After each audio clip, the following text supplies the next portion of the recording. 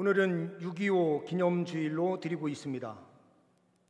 분열을 넘어 하나됨이라는 제목으로 함께 말씀을 나누려고 합니다. 이 세상이 발전하고 기술이 점점 나아지면 이 세상이 유토피아가 될 것처럼 생각을 했는데 점점 가면 갈수록 모든 것이 자동화되고 더 화려함이 생기는 이때에 더 분열이 양산되고 있는 것 같습니다. AI 기술을 만들어서 새로운 것들이 더 많이 창출될 것처럼 생각이 들었는데 그렇지 않음을 우리는 보고 있습니다.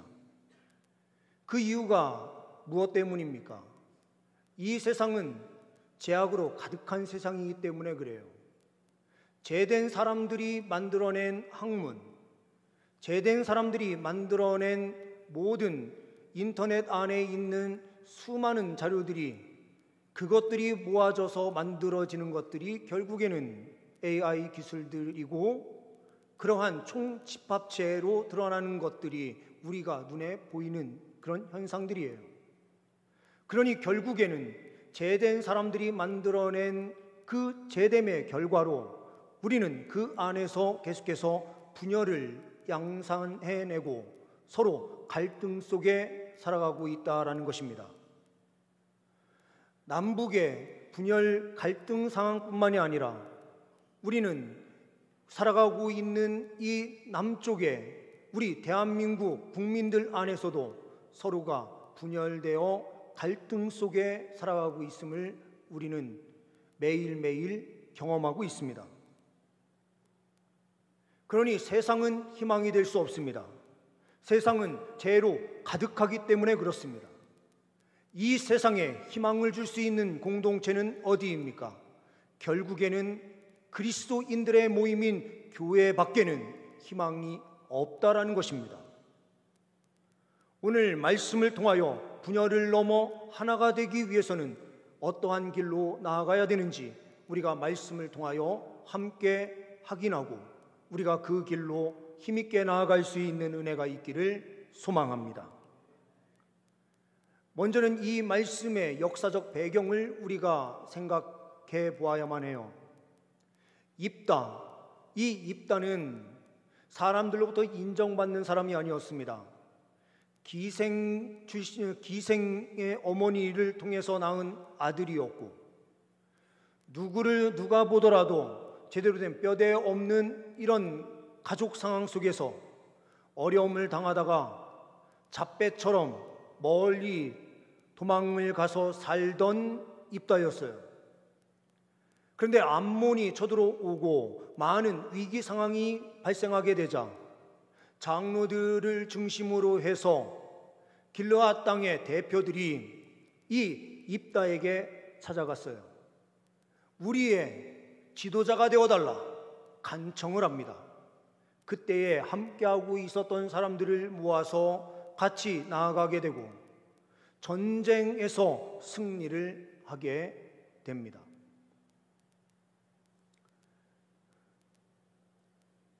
길르앗 지파는 므낫세 지파에 함께 있는 소속되어 있는 이스라엘 12지파 가운데 므낫세 지파의 한 분파예요.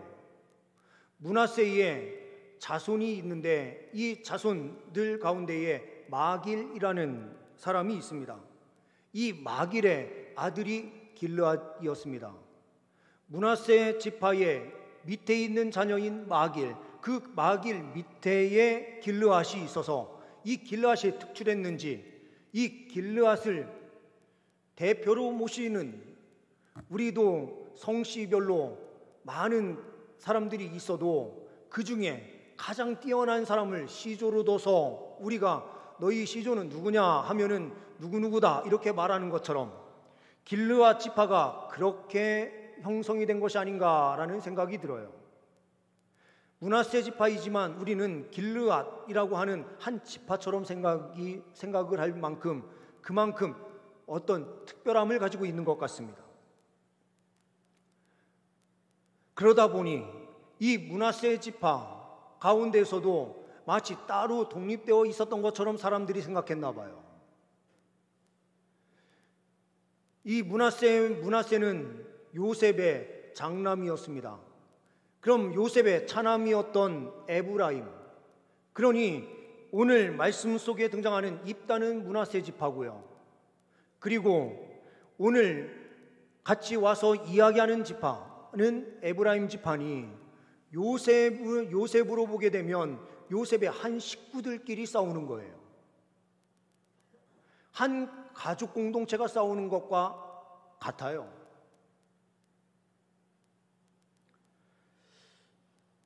이런 상황을 우리가 염두에 두고 이 말씀을 이해하면 조금 더 쉽게 이해가 될 수 있을 것 같습니다. 본문 말씀을 통해서 보는 첫 번째는 분열을 넘어 하나 되기 위해서는 어떻게 해야 되는가? 시기보다 기쁨을 나누어야 합니다 라고 하는 사실을 보게 됩니다. 시기로 사람을 대하는 것이 아니라, 시기, 질투가 아니라 기쁨을 나눠야 된다는 것을 보는 거예요. 1절 말씀을 보게 되면 이렇게 말씀하고 있습니다. 에브라임 사람들이 모여 북쪽으로 가서 입다에게 이르되 내가 암몬 자손과 싸우러 건너갈 때에 어찌하여 우리를 불러 너와 함께 가게 하지 아니하였느냐? 우리가 반드시 너와 내 집을 불사르리라 하니. 에브라임 지파가 길르앗 사람들에게 와가지고요, 화를 내는 거예요. 분노를 일으켰어요. 분노가 표출되기 시작했습니다. 어떻게 전쟁을 하러 가는데 우리를 부르지 않았느냐? 왜 전쟁이 그토록 중요했는가?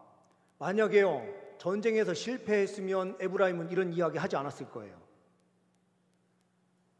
길르앗이 전쟁에 나갔을 때 질 거라고 생각을 했던 것 같아요. 어떤 상황인지는 명확하게 알 수는 없어요. 그런데요, 전쟁을 치르기 위해서 암몬 자손과 전쟁을 하기 위해서요, 막 사람들을 이끌고 길르앗 사람들 그리고 주변에 있는 사람들 같이 이끌고요, 막 전쟁에 나아가고 있는데 저 멀리 보니까 에브라임 사람들이 있는 거예요.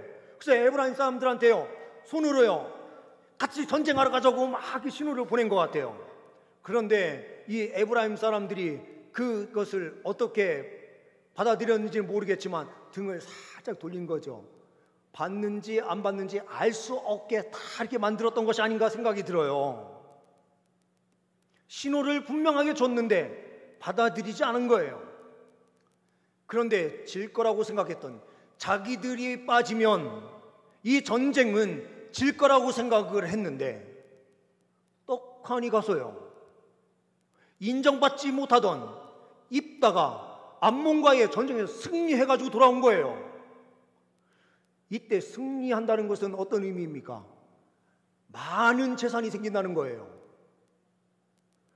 나라가 부강해지면은요, 인구수가 점점 늘어나게 되어 있습니다. 이게 태평성대를 이루게 되면 인구수가 점점 늘어나게 되어 있어요.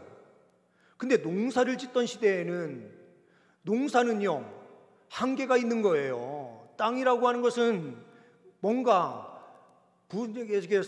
곡식이나 이런 걸 거둬들이는 건 한계가 있어요.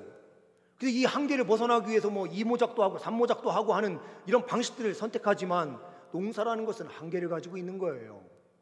그러니 인구가 늘어나면 부강한 나라의 선택은 뭐냐? 이웃나라를 침공해가지고요, 이웃나라가 쌓아놓은 곡물들 이런 것들을요 다 뺏어서 가지고 오면 나라가요 잘 살게 되는 거예요. 그러니 전쟁은요 무엇을 상징하느냐? 그 안에서 누리는 전리품을 함께 나누는 기쁨이 있는 거예요. 뭐 비유적으로는 적당하지 않은데요, 요즘 갑자기 주식이 막 올라가요. 그래서 주식에 들어가야 되나 말아야 되나 막 그러다가요, 가만히 또 금방 떨어질 건데 이 생각하고 가만히 있었는데요, 막 주식이 막 올라가가지고요, 나중에 들어가지 못한 사람들은 그러면서 후회하는 거, 이거하고 거의 똑같습니다. 전쟁은요, 그 당시에 무력이 강한 나라였지만 전쟁은요 항상 승리할지 패할지 모르는 주식과 같은 그런 거였어요. 근데 일단 전쟁에 참여해서 승리했을 때에는 엄청난 부가 함께 따라오는 거였어요. 그러니요, 이 에브라임은 화딱지가 나는 거예요. 질 거라고 생각을 해서 참여하지 않았는데 떡하니 승리해가지고요, 엄청난 것을 가지고 온 거예요. 그러니요, 그때 에브라임은 살짝 와서 이야기를 하는 거죠. 왜 나를 안 불렀느냐? 내가 너와 네 집을 다 불태워버리겠다. 시기가 생겼어요. 함께 참여해야 될 때는 참여하지 않고 뒤로 쏙 빠졌던 이 에브라임 지파가요, 영광을 누려야 되는 자리에서는 쏙 들어가서 영광을 받고 싶은 거예요. 역사는 늘 반복돼요. 이 에브라임 지파는요, 사사기 6장에서 기드온 때에도 똑같은 짓을 했어요. 근데 그때에는 기드온은요, 사람이 좋았던 것 같아요. 좋은 게 좋은 거다 하면서요, 그때 에브라임 지파한테 이렇게 이야기를 하죠. 자기들이 한 것은 만물의 포도보다는 끝물의 포도, 에브라임의 끝물 포도가, 끝에 나오는 포도 뭐 맛있어요. 그런데 니네는 끝물 포도인데도 얼마나 달고 맛있는지 처음 것보다 훨씬 더 좋아. 이런 이야기를 딱 하면서 에브라임을 탁 높여주니까요, 에브라임이 더 이상 이런저런 말을 하지 않았어요. 그런데 입다는요, 한 성격 합니다. 그런 거 다시 못 보는 사람이에요. 시기함으로 나오는 이 에브라임, 같은 요셉의 자녀들의 지파로 같은 한 식구와 같은데, 아니 길르앗이 가서 승리하고 돌아왔으면 야, 진짜 끝내준다.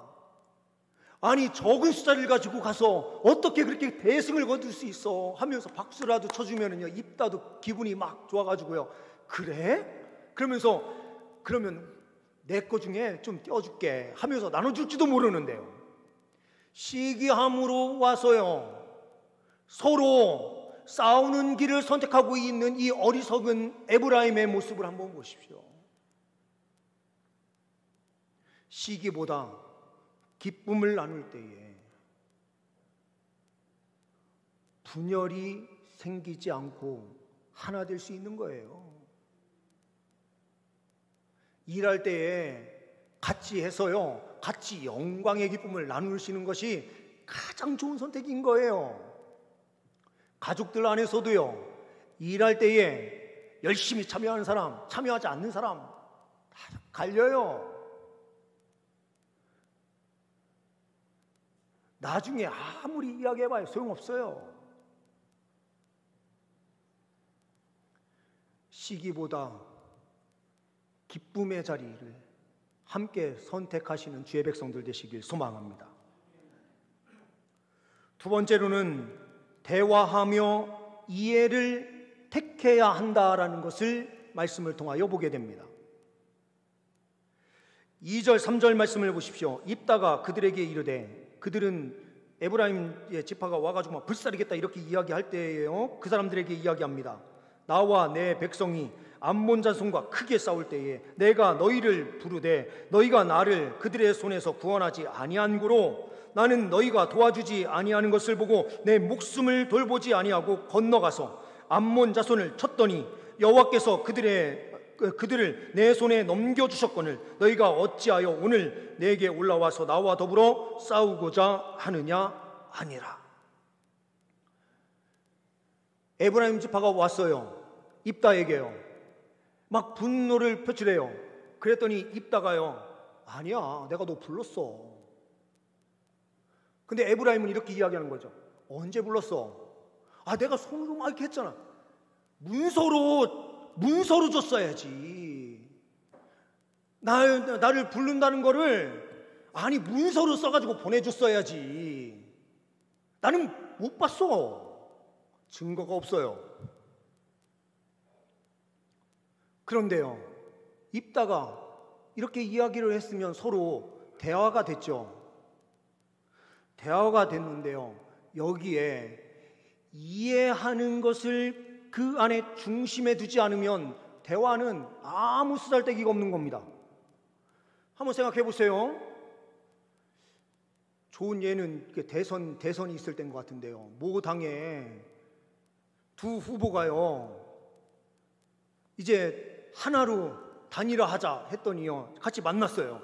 서로 이야기는 대화는 있어요. 그런데 서로 자기 이야기만 해요. 처음부터요 이해하고 받아들일 마음 없이요 각자 자기 주장을 하기 위해서 온 거예요. 이거를 우리는 대화라고 하나요? 아니에요. 이거는요 자기 합리화를 위해서 만나는 것뿐이에요. 나는 최선을 다했어, 나는 할 일을 했어 라는 것을 보여주기 위한 하나의 쇼지, 그 안에 서로 이해하고 접을 건 접고 내줄 건 내주려고 하는 마음이 없었던 거예요. 이거를 우리는 대화다라고 말하지 않아요. 대화는 그냥 말만 주고받은 것이 대화가 아니에요. 그 안에 이해를 하려고 하는 마음을 가져야만 가능한 거예요. 가족 안에서도요 대화 말을 많이 서로 주고받는다고 해서 그 가정이 평화로운 가정이 아니에요. 서로 이해하려고 하는 마음이 있어야 되는 거예요. 개인 간에서도요 우리는 대화를 하는데요 서로 이해하려고 하지 않고 서로의 주장만을 이야기하기 위해서 이야기하는 경우가 있어요. 이럴 때는 공동체가 깨지는 거예요. 집안이 싸움이 일어나게 되어 있는 거예요. 우리가 어느 곳에 있든지요 자기 주장만 펼치게 되면, 결국에는 이해가 없는 대화를 하게 되면 그곳은 삭막한 전쟁터가 되어버리는 거예요. 그러니 대화하며 이해하는 태도가 중요한 거예요. 입다와 에브라임이 만났지만 서로의 주장만 있을 뿐, 서로 대화가 되지 않는 겁니다. 그래서 대화를 해야 합니다. 이렇게 제가 제목을 정하려고 하다가요 대화만 해서는 안 된다, 그 안에 이해가 있어야 된다 해서 제가 제목에 뒤에 이해를 집어넣은 거예요. 서로가 대화를 하는데요 우리는 사람이다 보니 완벽한 대화를 해낼 수가 없어요. 실수가 있을 수밖에 없어요. 그러니요 우리는 대화를 하면서 상대방 입장에서 이해하려고 할 때에 분열이 아니라 하나됨이 나타나는 거예요. 그런데 4절을 한번 보십시오.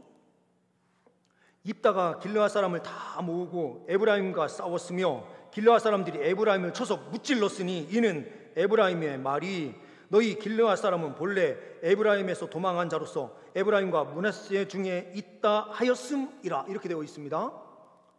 이거는 무슨 말이냐 쉽게 설명을 하면요 딱 이래요. 서로요 이해 없이 이야기하려고 했잖아요. 그렇죠?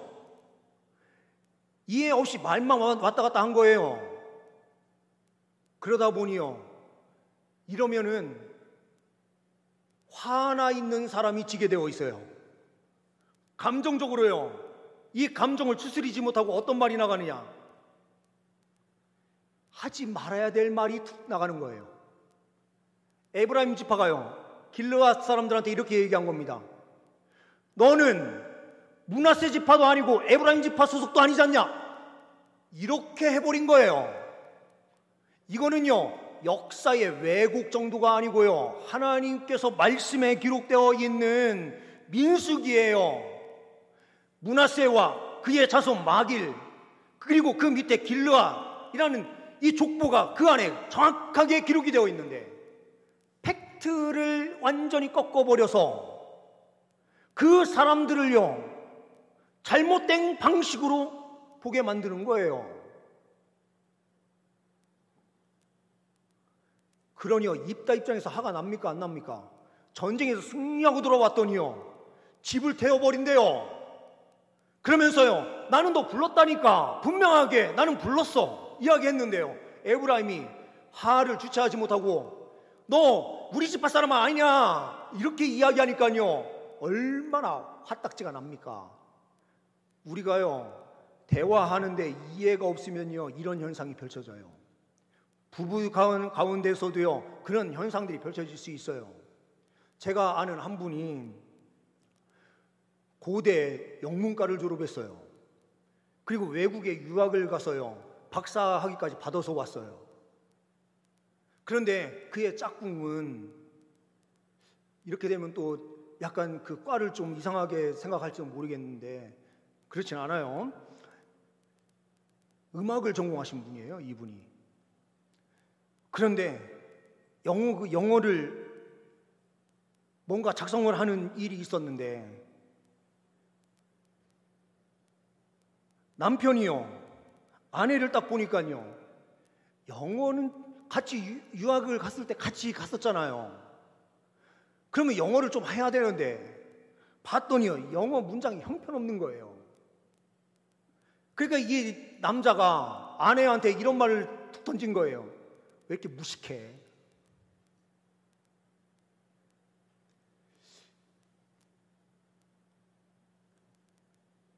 이게요, 대화를 했다고 해서 대화가 아니에요. 그 대화는 사람 죽이는 대화인 거예요. 그 안에 이해와 궁율과 자비의 마음이 없이 대화하면 아무 소용없는 겁니다. 우리 공동체가요, 대화하며 이해함으로 분열을 뛰어넘어 하나됨의 은혜가 있기를 소망합니다. 세 번째로는요, 판단보다 수용해야 한다라는 사실을 말씀을 통해서 봅니다. 5절, 6절인데 6절 말씀만 보겠습니다. 6절 말씀을 보게 되면요, 그에게 이르기를 십볼렉이라 발음하라 하여 에브라임 사람이 그렇게 바로 말하지 못하고 십볼렉이라 발음하면 길르앗 사람들이 곧 그를 잡아서 요단강 나루턱에서 죽였더라. 그때에 에브라임 사람의 죽은 자가 42,000명이었더라. 대화하며 이해가 없을 때 무슨 현상이 펼쳐져요? 사람 죽이는 현상이 펼쳐지는 겁니다. 그 안에요, 막 분노가 막 이렇게 일어나서요, 저 사람 내가 가만히 안 둬, 나의 이 약점을 건드려 버려? 이렇게 되는 거예요. 난 저거 못 참어. 그러니 입다가요, 선택한 방식이 뭡니까?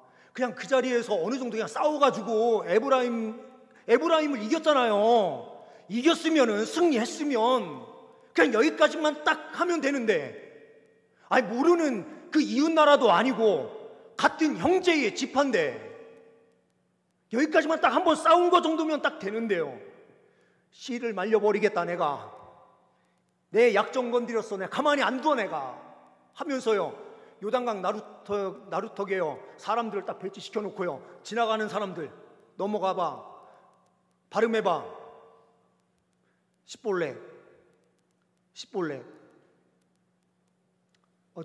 저도 히브리어를 배운 이제 신학대학원에서 공부를 했지만, 십볼렉 이게 발음이 좀 저도 잘 안 되거든요. 저도 죽어야 될 거예요. 죽어야도 이게 만약에 그 자리에 있었으면 저도 죽었을 것 같아요.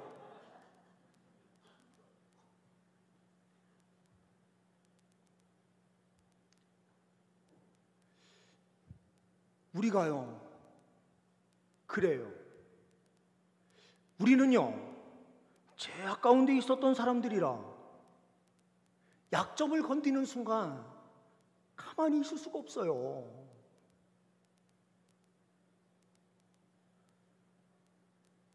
그러면서요, 길르앗 사람들이 어느 자리에 가 있느냐? 판단의 자리에 딱 가 있는 거예요.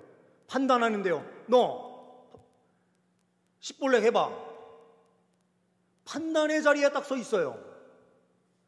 사람을 수용하고 포용하는 자리에 있는 것이 아니고요, 자기가 판단하는 자리에 있어요. 에브라임이요, 그랬기 때문에 또 입다도 그럴 수 있는 건데요. 왜 그러냐? 에브라임이 어떤 지파예요? 야곱이 손을 엇갈려서요, 므낫세가 장자이기 때문에 축복을 받아야 되는 자리였는데, 야곱이 손을 엇갈려서요, 에브라임에게 장자의 축복을 했잖아요. 그리고요, 이 사람들이 가나안 땅에 들어가는데 중추적인 역할을 했었던 사람이 누굽니까? 여호수아죠. 이 여호수아가 어느 지파 사람이에요? 에브라임 지파예요. 그러니 가나안 땅에 정복했을 때요, 이 사람들은요, 특권층이에요. 나는 너희들과 달라. 너희 지파들과 달라.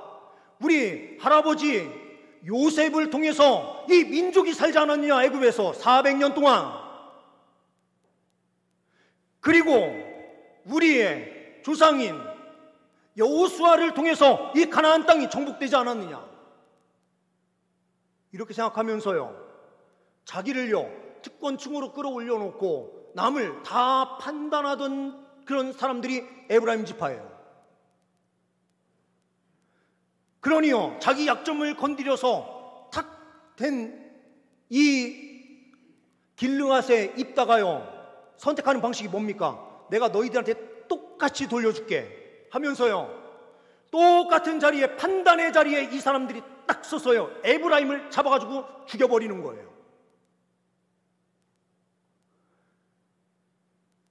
이거는요, 은혜를 잇는 자리에서 이런 현상이 펼쳐져요. 에브라임이 어떻게 장자의 복을, 축복을 야곱으로부터 받았어요? 전적인 하나님에게 은혜예요. 하나님께서 그렇게 선택하셨기 때문에 그런 은혜를 부어준 거예요. 하나님께서요, 여호수아를 선택하신 이유가 뭡니까? 갈렙하고 여호수아가 있는데 왜 여호수아를 선택하셨어요? 하나님의 주권적인 선택이에요. 이스라엘 백성들이 어떻게 이스라엘 백성이 되었습니까? 하나님의 선택을 통해서 이스라엘 백성들이 된 거예요.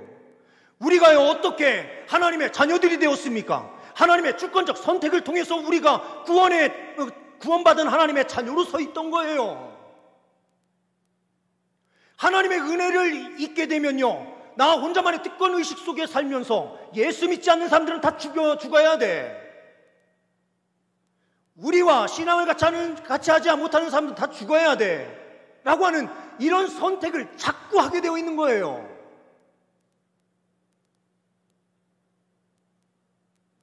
은혜를 기억하면요, 우리는 분열을 선택하지 않고요, 하나됨을 선택하는 겁니다. 에브라임이든 입다든 하나님의 선택을 받아서 성령의 임재를 통해서 사사로 세워지고 에브라임으로 세워져서 그렇게 하나님께서 함께하는 민족이 되었다면, 하나님의 은혜를 기억하고 서로를 수용하고 포용하면서 서로를 위하여 함께 달려가는 공동체를 이루는 것이 하나님의 뜻이신데, 은혜를 망각하니 생기는 것이 바로 이러한 문제라는 거죠. 이 시대 속에서 우리 그리스도인들에게 하나님께서 명령하시고 계시는 것이 있어요. 하나님의 자녀로 그 은혜를 잊지 말고 시기함으로 나아가지 말고 함께 기쁨을 나누는 자리에 있어라. 대화를 하면서 서로 이해를 중심으로 함께 이야기하는 공동체를 만들어라. 판단의 자리가 아니라 서로 수용하면서 하나님의 은혜에 감사하며 달려가는 하나된 공동체를 이루라. 주님께서 우리에게 명령을 하시고 계시는 것입니다. 세상 가운데 나아가서도 이러한 삶을 삶으로 분열된 이 민족을 하나로 통합시켜내는 주의 백성들 되시기를 간절히 소망합니다. 기도하십니다. 하나님 아버지, 하나님의 풍성한 은혜로 함께하여 주시니 감사합니다. 하나님의 은혜를 입은 우리가 시기하는 것보다 기쁨으로, 대화하며 이해함으로, 판단보다 수용하는 자리에 서서 하나님의 영광을 드러낼 수 있도록 인도하옵소서. 분열된 이 민족을 하나로 통합시켜내는 주의 백성들 되게 하옵소서. 각 가정에도 주님 은혜로 함께하여 주셔서 하나 된 가정으로 주의 영광을 위하여 달려가게 하옵소서. 우리 주 예수 그리스도의 이름으로 기도하옵나이다. 아멘.